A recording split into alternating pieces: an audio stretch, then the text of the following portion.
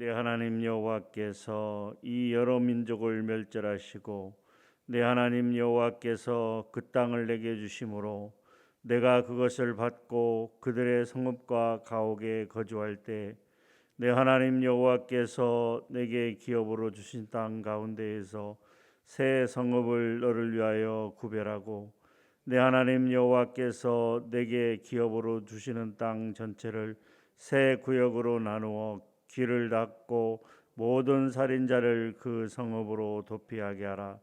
살인자가 그리로 도피하여 살만한 경우는 이러하니 곧 누구든지 본래 원한이 없이 부지 중에 그의 이웃을 죽인 일, 가령 사람이 그 이웃과 함께 벌목하러 삼림에 들어가서 손에 도끼를 들고 벌목하려고 찍을 때 도끼가 자루에서 빠져 그의 이웃을 맞추어 그를 죽게 함과 같은 것이라.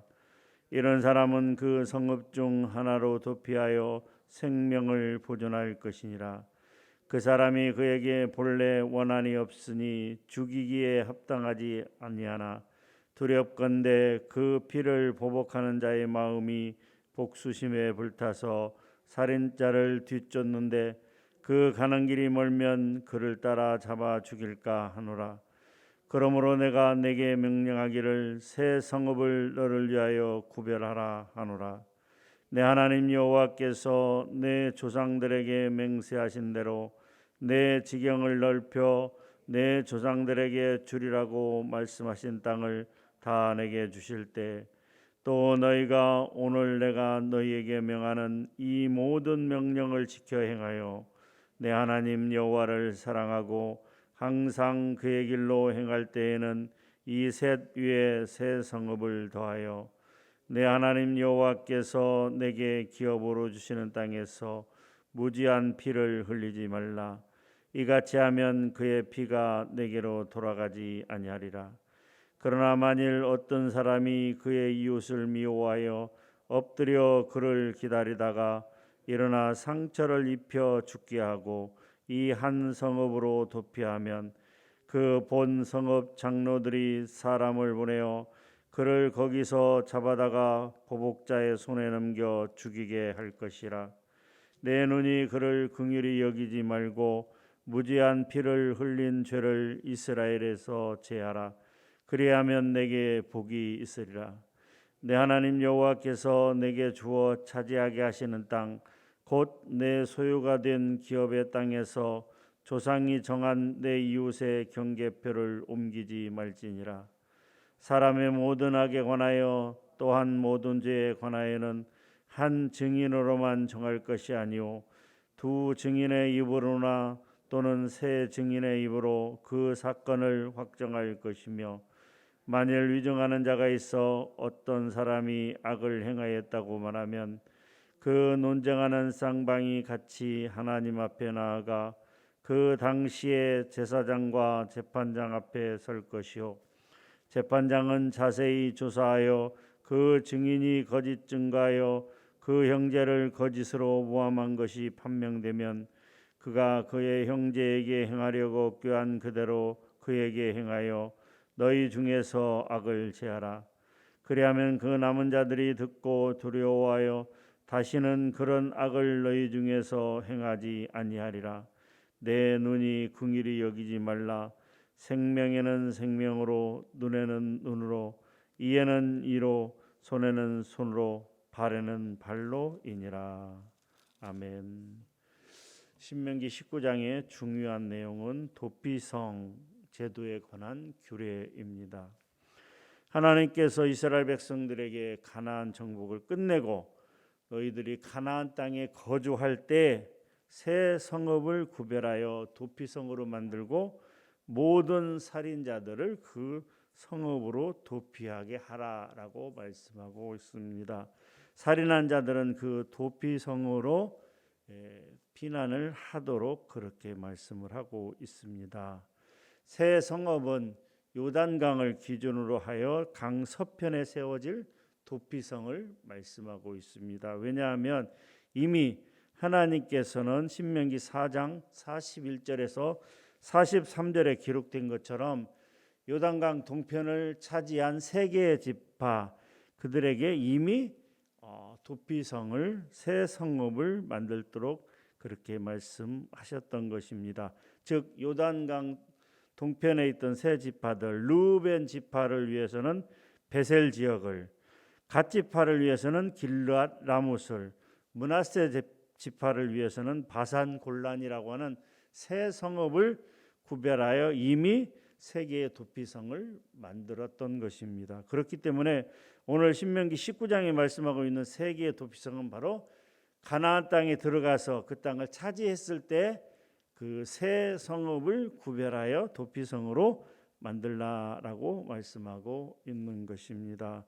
여호수아 20장에 가게 되면 이제 가나안 정복 전쟁이 다 끝나고 이제 각 지파별로 땅을 나눌 때 특별히 이제 그 레위 지파를 위해서 48개의 성읍을 구별하여 이렇게 만들게 됩니다. 그 48개 성읍 중에서 6개의 도피성이 포함이 되고 있습니다. 즉 요단 동편의 베셀, 길르앗 라못, 바산 골란, 여기에 또 오늘 말씀하고 있는 갈릴리의 베네스, 갈릴리, 베네스, 게데스, 세겜, 헤브론, 그러니까 게데스, 세겜, 헤브론 이 세 지역이 성읍으로 구별되고 있습니다.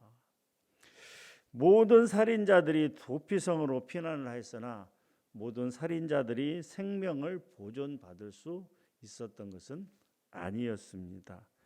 오직 본래 원한이 없이 부지중에 살인한 자들만 그 생명의 안전을 보장받을 수 있었던 것입니다. 오늘 본문에 이 5절 이하에 기록된 것처럼 어떤 사람이 그 이웃과 함께 그 산에 들어가서 벌목하러 산속에 들어갔습니다. 그런데 도끼를 사용해서 나무를 찍는데 그 도끼 날에서 도끼가 빠져서 그 이웃을 맞춰서 그 이웃이 죽었다고 할 경우에 그것은 어떤 보복이나 원한이 있는 경우가 아니고 우연히 부지중에 일어난 일이기 때문에 그러한 사람들은, 그러한 살인자들은 이제 도피성에 피하게 되어 있고, 그리고 대제사장이 죽을 때까지 그곳에 있다가 대제사장이 죽으면 자유를 얻을 수가 있었다라고 하는 것이죠. 그런데 그 어떤 사람이 고의로 살인할 경우에는 그렇게 되지 않았다라고 하는 것이죠. 11절과 12절 말씀이 이 말씀입니다. 11절과 12절을 한번 같이 읽도록 하겠습니다. 그러나 만일 어떤 사람이 그의 이웃을 미워하여 엎드려 그를 기다리다가 일어나 상처를 입혀 죽게 하고 이 한 성읍으로 도피하면 그 본 성읍 장로들이 사람을 보내어 그를 거기서 잡아다가 보복자의 손에 넘겨 죽이게 할 것이라. 모든 살인자가 용서를 받고 그 성읍, 그 도피성에 있을 때에 생명을 보존받을 수 있었던 것은 아니라고 하는 말씀인 것입니다. 미워하는 마음으로 고의로 일부러 그렇게 악의를 가지고 살인했을 경우에는 비록 도피성에 피하였다 할지라도 장로들이 사람을 보내어 그를 잡아다가 죽이게 할 것이라 그렇게 말씀하고 있습니다. 오늘 이 도피성 제도에 관한 말씀을 통해 우리에게 주시는 몇 가지 교훈에 대해서 한번 살펴보기를 원합니다. 첫째로 예수 그리스도가 우리의 도피성이다라고 하는 것이죠. 고대 근동사회에서 사람을 죽인 자는 반드시 죽여야만 했습니다. 그러나 고의성이 없이 살인한 자들에게 극형에 처하거나 복수의 대상이 되는 것은 너무나 지나친 일이었다라고 하는 것이죠. 또한 보복의 악순환이 계속되어 사회 질서를 혼란하게 할 염려가 있었습니다. 그래서 하나님께서는 도피성 제도를 만들어 부지중 살인한 자로 생명을 보존케 하신 것입니다. 그러므로 부지중에 살인한 자가 생명을 보존하기 위해서는 오직 도피성으로 피하는 길밖에 없었습니다. 살인자가 살인을 하고 여러 곳으로 도망갈 수도 있습니다. 다른 나라로 도망을 갈 수도 있고 혹은 사람이 아무도 없는 깊은 산속으로 갈 수도 있었겠지만 그럴 경우에 그 사람은 안전을 보장받을 수가 없었습니다. 잠시 피하는 것이지만 그 잠시뿐이라 또 언젠가는 보복자가 찾아와서 그 살인을 당한 사람의 자녀나 혹은 어떤 살수가 찾아와서 그를 죽일 수도 있었다라고 하는 것이죠. 그런데 도피성으로 피한 경우에는 그 살인자가 모든 두려움과 불안으로부터 자유로울 수 있었다라고 하는 것이죠. 이것은 오늘날도 마찬가지입니다. 우리 모든 인생은 도피성이 없이는 죄의 정죄를 받고 영원한 죽음에 빠질 수밖에 없는 존재들이라고 하는 것이죠. 예수 그리스도는 하나님께서 우리 인생을 죄와 사망의 권세에서 구원하기 위해 마련해 주신 유일한 도피성이라고 하는 것입니다. 우리는 주님 안에 있을 때 비로소 자유를 누릴 수 있는 것입니다. 죄와 사망의 권세에서 벗어나 생명과 자유 안으로 들어갈 수 있다라고 하는 것이죠. 사랑하는 성도 여러분, 우리 영혼의 유일한 도피성이 되시는 예수 그리스도를 더욱 온전히 의지하여 참된 평안을 누리는 성도님들이 되시기를 주님의 이름으로 축복합니다. 두 번째입니다. 구원의 길은 가까이 있다라고 하는 것이죠. 3절에 보게 되면 땅 전체를 세 구역으로 나누어 길을 닫고라고 하는 말씀이 나오게 됩니다. 3절 말씀을 한번 같이 읽어보도록 하겠습니다. 3절 말씀입니다. 내 하나님 여호와께서 내게 기업으로 주시는 땅 전체를 세 구역으로 나누어 길을 닫고 모든 살인자를 그 성읍으로 도피하게 하라. 6절에도 보게 되면 도피성으로 가는 길이 멀면 보복하는 자가 살인자를 뒤쫓아 그를 따라 잡아 죽일까 하노라 말씀하고 있습니다. 그러므로 도피성에 이르는 길은 되도록 단축하므로 살인자가 신속히 피신하여 죽음을 면하도록 하기 위한 것이었습니다. 이와 마찬가지로 우리 인생의 도피성 즉 구원의 길은 우리 가까이에 있다라고 하는 것이죠. 그것은 바로 구원의 길은 바로 예수 그리스도의 길입니다. 우리가 구원의 길에 이르려면 그리스도의 복음을 믿어 그분을 영혼의 구주로 받아들이기만 하면 되는 것입니다.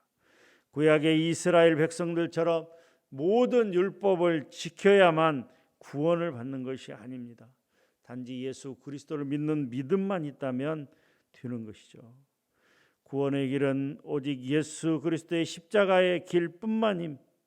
하나님은 우리를 구원하시기 위해서 그리스도를 이 땅에 보내주셨으며 그 위에 다른 길을 주신 일이 없다라고 하는 것이죠. 3절에 보면 길을 닫고라고 되어 있습니다. 유대인들의 전승에 따르면 당시 도피성에 이르는 도로는 폭이 14m에 이를 정도로 넓었다라고 하는 것입니다. 또한 길을 얼마나 잘 닦아놨는지 모르겠다라고 얘기하며 또 일정한 지점마다 방향을 표시하는 푯말이 세워졌는데 그 푯말에 도피성이라고 하는 글자가 크게 새겨졌다라고 하는 것입니다. 그래서 부지중에 살인한 자든 모든 살인자가 도피성으로 피하기 위해서 너무나 쉽게 이정표를 만들어 놓고 길을 닦아 놓았다라고 하는 것이죠. 그리고 매년 1월 달이 되면 그 도로를 도피성으로 가는 도로를 잘 보수하여 돌부리에 넘어지거나 하는 일이 없도록 장애물이 없도록 잘 길을 수리하고 그렇게 보수하는 일을 했다라고 하는 것이죠. 이것은 우리에게 영적으로 시사하는 바가 크는 것입니다.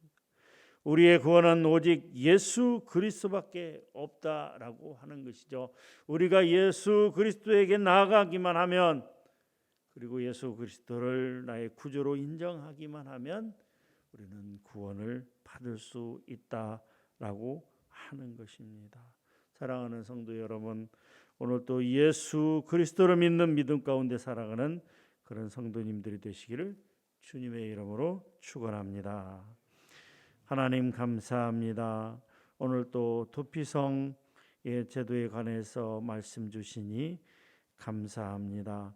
아버지 하나님, 부지 중에 살인한 자가 도피성에 피했을 때 그에게 비로소 생명의 안전과 자유를 보장받을 수 있었던 것처럼 우리가 예수 그리스도 안에 있을 때 온전한 평화와 평강 가운데 있는 줄 믿습니다. 아버지 하나님이여, 아버지 하나님이여, 또한 이 구원에 이르는 길은 아주 가까운 곳에 있음을 또한 말씀을 통하여 알 수 있습니다. 예수 그리스도를 믿기만 하면 우리는 온전한 구원 가운데 나아갈 수 있다라고 하는 것이죠. 아버지 하나님, 오늘 또 그러한 믿음 가운데 살아가는 우리 모든 성도님들 될 수 있도록 은혜 베풀어 주시옵소서. 감사합니다. 예수님의 이름으로 기도하옵나이다. 아멘.